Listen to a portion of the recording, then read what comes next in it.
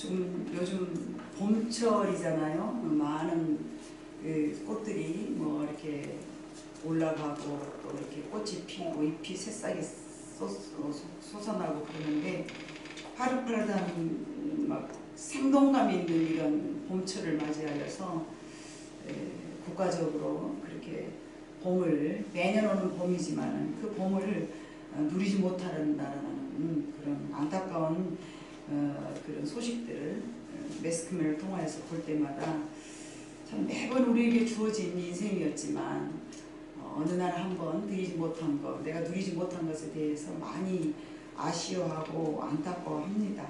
매년 이맘때만 되면 벚꽃 축제가 일어나서 원근 각처에서 주말만 되면은 꽃으로 들로 산으로 하나님이 우리에게 허락하신 아름다운 것들을 누리며 참 즐거워하는데 올 봄에는 사뭇 다른 어떤 그런 영향 때문에 우리가 그것을 즐기지 못한다는 거 얼마나 아쉬운지 모릅니다. 여러분, 광야 사막에서 자생하는 선인장과 꽃이 있는데요. 400년 만에 꽃이 핀답니다. 근데 이 꽃이 크기가 상당히 크더라고요. 얼마나 큰지 모르겠어요. 세수대야 얼굴 정도, 옛날에 과거에 우리 세수대야 얼굴 정도처럼 생겨가지고 선인장과인데 엄청 크더라고요. 인도 고산지에서 핀다는 마하메루라는 꽃이 있는데 그 꽃말이 행운입니다. 400년 만에 피었으니까 행운이지 않겠습니까? 근데 이 꽃이 여러분 피어가지고 400년 만에 폈으니까 좀 꽃이 오랫동안 가야 되지 않겠습니까? 근데 여러분 딱 하루 만에 시들어져요. 얼마나 아쉬웠겠습니까? 딱 하루 만에 핀다는데 히말라야에서 핀다는 그것이 여러분 진짜일까요? 가짜일까요? 400년 동안 그 꽃이 언제 핀가 들여다보면서 연구하고 글쎄요, 그런 말이 있는데 정말 400년 만에 피는 건지 안 피는 건지는 저도 잘 모르겠습니다. 어쨌든 이것은 인간이 생각해 봤을 때에 400년 동안 지켜본 사람이었기 때문에 그럴지 안 그럴지는 모르겠어요. 야, 이거 내가 언제부터 계산했는데 말이야 아직은 안 피었어. 그걸 기록해 놓고 막 누가 그렇게나 했으면 모를까. 여하튼 그것이 진짜라면 400년 만에 피운 꽃이 딱 하루 만에 죽는다면 그 죽는 이유가 어찌됐든 간에 하루 만에 죽는 거 맞잖아요. 그죠? 400년 만에 피운 것은 모르겠지만 하루 만에 진 건 사실이잖아요. 그 어찌됐든 그 딱 하루만 피고 죽는다면 여러분 그 죽는 이유가 무엇일까요? 그 꽃 자체를 보면 너무 불쌍하잖아요. 너무 안타깝죠. 그러나 그 꽃이 시들고 죽어야만 이제 다른 그 똑같은 꽃을 또 이렇게 피울 수가 있기 때문에 400년 만에 피워서 그 꽃이 하루 만에 시들어진다 할지라도 완전히 사라진 것이 아니라 그 꽃이 다시 대물림이 되기 때문에 내가 죽어야 다른 꽃이 또 그것을 씨앗을 맺어가지고 뭐 포자 뭐 이런 것들로 퍼져서 또 이렇게 자생할 수 있는 어떤 그런 그 생명력을 유지하기 위해서는 죽을 수밖에 없다는 것이죠. 그래서 그 꽃이 시들어진 것은 안타까운 사실이지만 다른 또 번식을 위해서 죽는다는 것. 그래서 그 꽃은 죽음이 아니라 죽어야 산다는, 죽어야 유지한다는 그런 말이 되지 않겠습니까? 이 꽃은 더 이상 이 세상에 존재하지 않지만 그 꽃이 그래도 계속 남아있는 것은 그 꽃이 피어서 죽기 때문이라는 것이죠. 그래서 열매를 맺고 또 이렇게 살아가는 것입니다. 예수 그리스도의 죽음도 역시 마찬가지입니다. 이 땅에 오신 예수님께서 죽지 않았다라면 우리가 육체로부터 온전하게 살 육체가 아무도 없다라고 오늘 갈라디아 2장 16절로 21절에 있는 말씀이 그렇게 말씀하고 계십니다. 예수님께서 만약에 죽지 않았더라면 의롭다고 인정받을 만한 살만한 육체가 아무도 없다. 그래서 예수님은 이 땅에 오셨지만 죽을 수밖에 없었다. 예수 그리스도의 죽음과 고난에 대한 지식은 우리 모두가 너무나 다 잘 알고 있는 사실입니다. 죽어야 산다는 그 의미를 너무나 잘 알고 있습니다. 그런 예수를 믿는 우리에게도 여러분 주어진 사명이 있습니다. 본문 20절에 있는 말씀처럼 내가 이제 살아갈 이유는 주님을 위한 삶이라는 것입니다. 내가 그리스도와 함께 십자가에 못 박혔나니 그러니 이제는 내가 사는 것이 아니요 오직 내 안에 그리스도께서 사시는 것이라. 이제 내가 육체 가운데 사는 것은 나를 사랑하사 나를 위하여 자기 자신을 버리신 하나님의 아들을 믿는 믿음 안에서 사는 것이다. 이것이 주님을 위해서 우리가 살아야 될 이유입니다. 그러나 정작 우리는 주님을 위한 삶을 정말 여러분 살아가고 있습니까? 아까 우리 장로님도 기도하면서 그랬잖아요. 주님을 위해서 산다고 하였지만 실제로는 나 자신을 위해서 살았습니다. 내가 죽어야 내가 산다는데 여러분, 내가 죽어야 내가 삽니다. 내가 죽어야만이 내가 사는 것이에요. 그러나 우린 내 자아가 아직 죽지 못해서 내가 죽어 있어야 하는데 아직도 내가 살아있기 때문에 주님을 위한 삶을 살지 못하고 있는 것입니다. 주님을 위해서 살아야 되는데 아직도 내가 살아있어서 내 자아와 내 본능이 아직도 내가 원하는 대로 삶을 유지하고 이끌어가고 있기 때문에 주님을 위한 삶을 살아가지 못하고 있습니다. 내가 죽어야 내가 산다는데 여러분, 우리 청년들이 면물이 되어 있지 않습니다만은 이게 무슨 말인가? 내가 죽어야 내가 산다. 내 자아가 또는 내 육신의 생각이 완전히 없어져야 내 영혼이 살고 내가 그리스도 안에서 산다는 말씀입니다. 그래서 내가 그리스도를 위한 삶을 살아갈 수 없는 것은 아직도 내 속에서 내 자아가 살아있기 때문이라는 것이죠. 이 말씀을 좀 더 구체적으로 표현하려면 여러분, 마태복음 12장 24절로 25절을 여러분 함께 읽어보도록 하겠습니다. 바리새인들은 듣고 이르되 이가 귀신의 왕 바알세불을 힘입지 않고는 귀신을 쫓아내지 못하느니라 하거늘 예수께서 그들의 생각을 아시고 이르시되 스스로 분쟁하는 나라마다 황폐하여질 것이요 스스로 분쟁하는 동네마다 집마다 서지 못하리라. 아멘. 주님의 말씀이 이렇게 말씀하셨습니다. 성령님이 내 안에 있는 사단을, 내 안에 있는 자아를 죽이지 않으면 내 안에서 여러분 싸움이 일어납니다. 자, 마태복음 12장 29절을 봐보죠. 시작. 사람이 먼저 강한 자를 결박하지 않고서야 어떻게 그 강한 자의 집에 들어가 그 세간을 강탈하겠느냐. 결박한 후에야 그 집을 강탈하리라. 아멘. 강한 자가 내 안에 있다면 더 강한 예수님의 힘으로 내 안에 있는 사단을 물리쳐서 쫓아내버려야 내 안에 하나님의 나라가 세워진다는 것입니다. 강한 자가 더 강한 자를 더 강한 자가 강한 자를 결박시키지 않으면 우리는 살아있습니다. 그러므로 내 안에 하나님의 나라가 세워지려면 옛사람인 내 자아와 육신의 본성인 나의 생각이나 습관 또는 이념이나 사상을 모조리 쫓아내야 되는데 나는 나를 쫓아낼 수 있을까요? 못 쫓아냅니다. 나는 나를 쫓아낼 수가 없습니다. 사람이 먼저 강한 자를 결박하지 않고서야 어떻게 그 강한 자의 집에 들어가 그 세간을 강탈하겠느냐. 내가 나는 같은 동급이잖아요. 맞죠? 내가 내 자신을 쫓아낼 수 있어요? 쫓아낼 수 없어요. 쫓아낼 수 없어요. 더 강한 자가 들어와야만이 쫓아낼 수 있는 거예요. 그래서 내 안에 성령님이 들어오시지 않으면은 나는 절대 결박될 수가 없는 것입니다.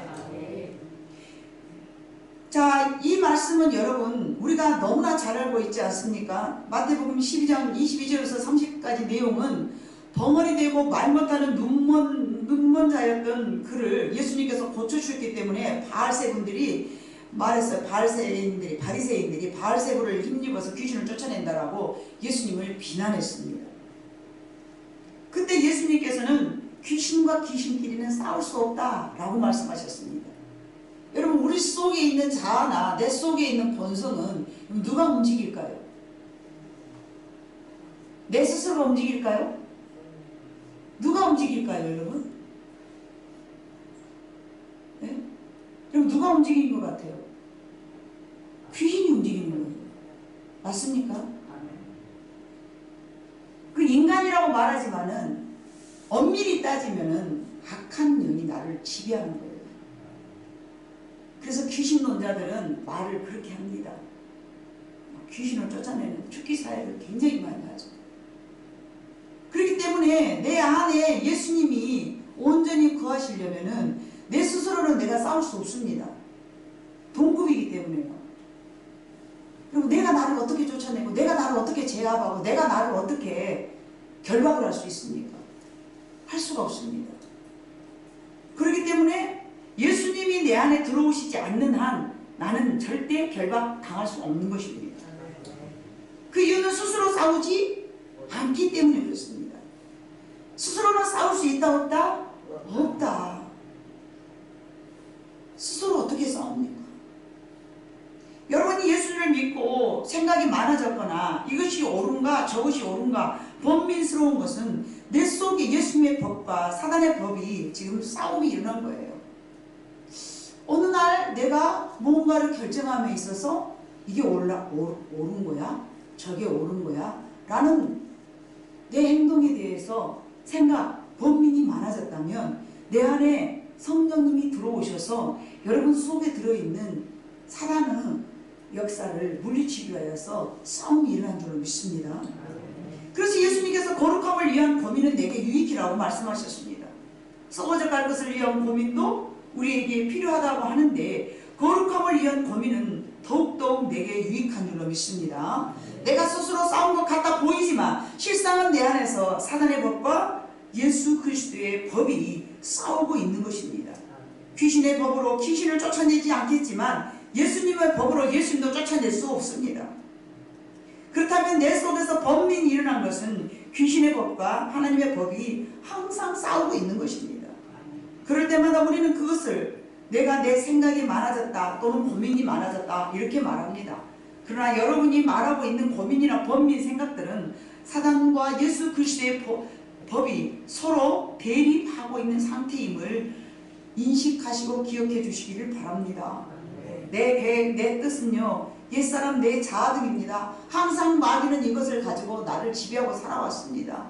그래서 그때 그렇게 지배하고 살아왔던 예굽을 예수님께서는 하나님의 기적을 통하여서 아니야 이건 아니야 라면서 하나님을 쫓아갈 수 있도록 우리를 훈련시켜 주셨습니다.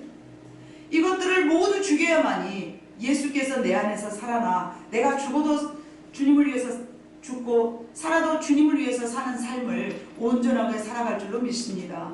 여러분 예수님은 누가복음 4장 18절 19절에 봐보니까 자 같이 읽습니다. 주의 성령이 내게 임하셨으니 이는 가난한 자에게 복음을 전하게 하시려고 내게 기름을 부으시고 나를 보내사 포로된 자에게 자유를 눈먼 자에게 다시 보게 함을 전파하며 눌린 자를 자유롭게 하고 주의 은혜의 해를 전파하게 하려 하심이라 하였노라. 아멘.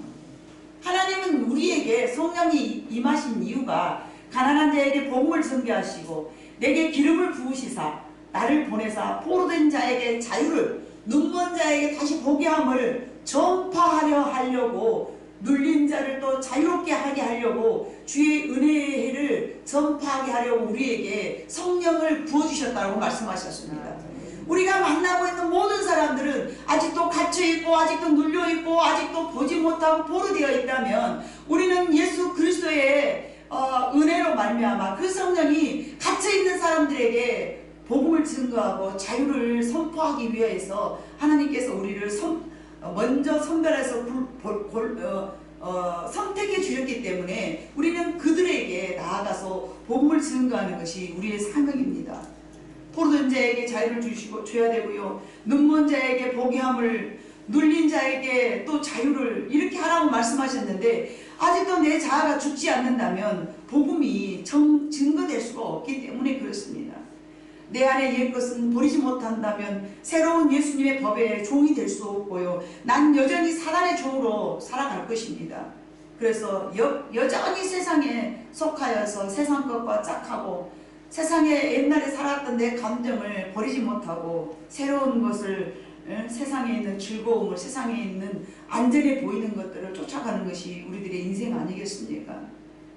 그래서 내가 죽어야 내 안에 예수님의 법이 이깁니다. 그래서 로마서 7장 15절로 23절에 내가 죽어야 예수님이 산다라고 말씀하셨습니다. 같이 읽습니다. 시작.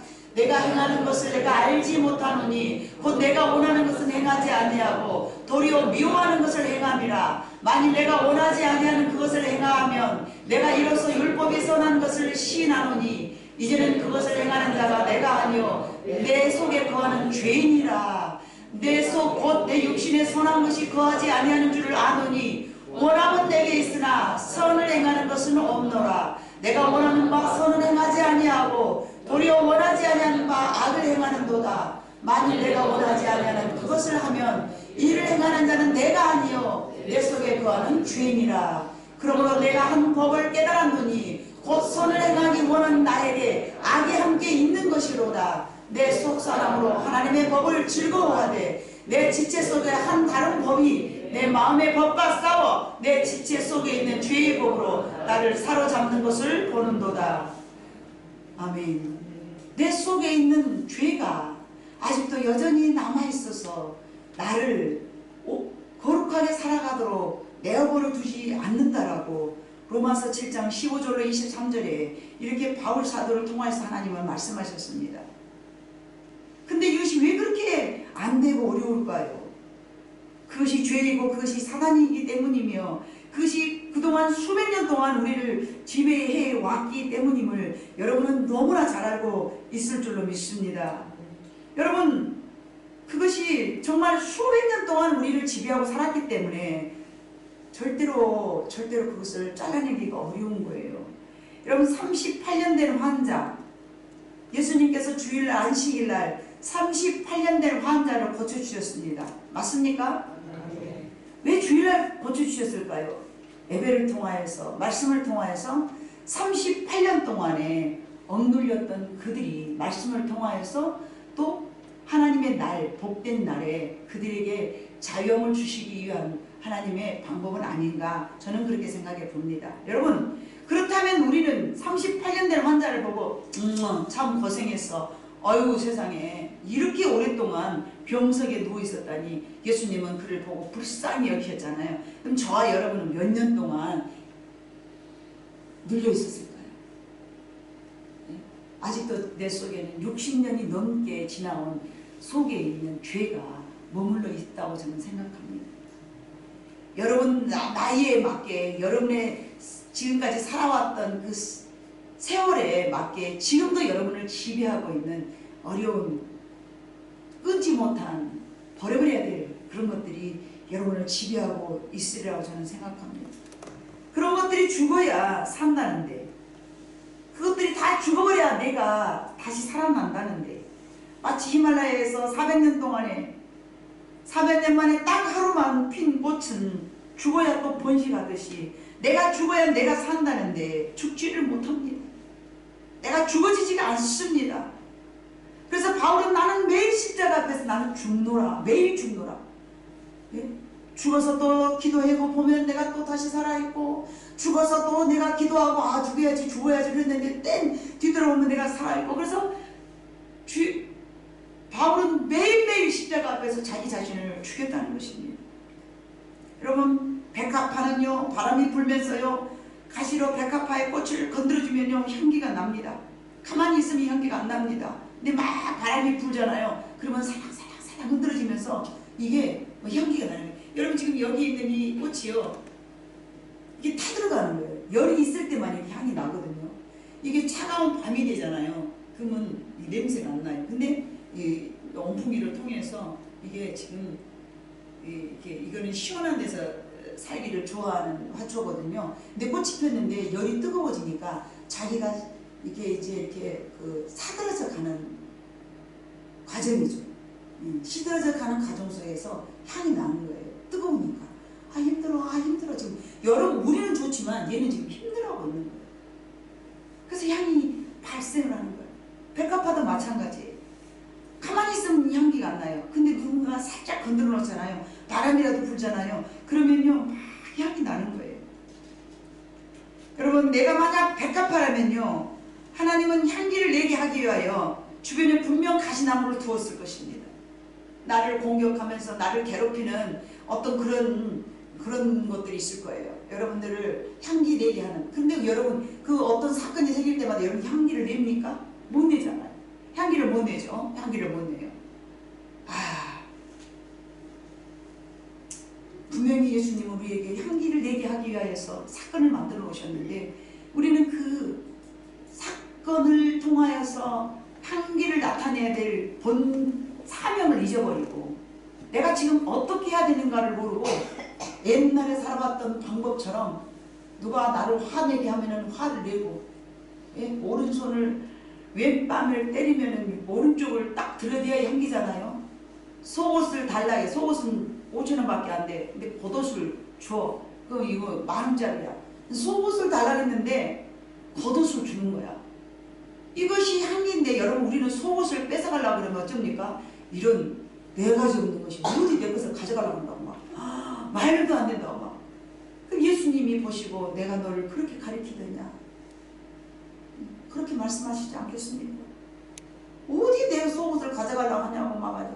원수가 오리를 가져가면 십리를 가져가려고 했는데 여러분, 누가 나를 괴롭힌 사람이 내 것을 가져가려고 하면 여러분 줍니까? 막 안 되지 않습니까? 이게 저와 여러분입니다. 주님은 우리에게 그렇게 가르쳐 주셨어요. 백합화를 보라. 동남풍아 불어라, 서북풍아 불어라, 가시밭에 백합화 예수 향기 날리니 할렐루야 아멘. 예수 향기를 날려야 되는데 누군가가 나를 죽이려고 그러면은 우리는 안 죽으려고 바리바리 아주 같이 대응하고 같이, 예? 맞서고, 그게 우리 조상들이 살아왔던 방법이기 때문에 우리는 지금까지 그렇게 하고 살아가는 한심스러운, 가시나무에게 찔림을 받은 백합화가 그것을 여러분 자원했을까요? 백합화가 나 좀 찔려줘, 나 향기 좀 나게, 자원하는 심령으로 백합화가 가시에게 막 일부러 찔림을 스스로 그렇게 했을까요? 자행했을까요? 그것은 분명히 아닐 것입니다. 여러분, 성도는 내가 피해를 보고 내가 다른 사람에게 조금, 예? 도덕적으로 말도 안 되는 어떤 행동을 통하면서 내가 참았거나 배설물로 여겼다면 더욱더욱 좋겠지만, 최소한 배설물로 여기지는 못한다 할지라도 참기라도 해야 향기를 나타내는 그런 삶인 줄로 우리는 모두가 너무나 잘 알고 있습니다. 근데 그게 안 되는 것이죠. 안 되는 거예요. 주님이 죽으시기까지 우리를 사랑해 주시면서 너희도 이렇게 해라 그랬는데 우리가 그렇게 안 되는 거예요. 주님이 죽으셨기에 내가 살 수 있었듯이 내가 죽어야 우리 모두가 산다는데, 진흙같이 어두운 밤에 빛은 생명입니다. 지금 이 세대가 칠흑같이 어두운 밤과 같은 세상이지 않습니까? 예수님께서 우리에게 생명의 빛이 되었듯이 어두운 세상에서 내가 나를 죽임으로 그리스도의 빛이 되어야 됩니다. 모든 세상의 사람들이 어둡다고 빛이 없다고 생각하는 이때에 우리는 한 줄기의 빛이 되어야 될 줄로 믿습니다. 주의 말씀은 내 발의 등불이요 내 인생의 길이십니다. 여러분, 그렇습니다. 그분의 말씀은 내 인생의 등불입니다. 그분을 따라가는 우리들에게서도 빛이 나타나야 될 것입니다. 그러기 위해서는 내가 죽어야 하고요, 그럼으로써 내 작은 반딧불 같은 빛이 가를 줄로 믿습니다. 그래서 내가 살아서도 빛이 나타나고 죽어서도 빛이 나타나야 되는데, 그런데 아직도 내가 죽지 못한 이유, 내가 죽어지지 못한 이유, 그게 무엇일까요 여러분? 왜 내가 죽어지지 못할까요? 오직 그거는 한 가지입니다 여러분.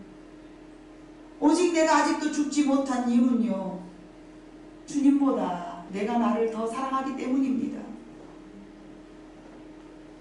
주님을 더 사랑한다면 내가 죽어질 수 있습니다. 그러나 주님보다 아직도 내 자신을 내가 더 사랑하기 때문에 죽어질 수가 없는 것입니다. 내 구주 예수를 더 사랑하는 사람은요, 십자가 앞에서 더 이상 머뭇거리지 않습니다. 나를 위한 십자가, 그 사랑을 외면할 수가 없습니다. 하나님에게는 두 민족이 있었습니다 여러분. 약속의 자녀와 종의 자녀. 하갈에게서 얻은 종의 자녀와 약속으로 얻어진 사라의 자녀.